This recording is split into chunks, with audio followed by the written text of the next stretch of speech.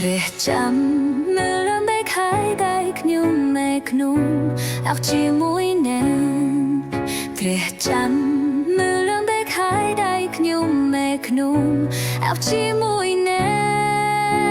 ងតារ៉ាតំពូលិនជាមួយអង្គមស្នេហាហើយដងក៏ជាណាដៃបាយក៏ពីដងកាន់ដល់ពី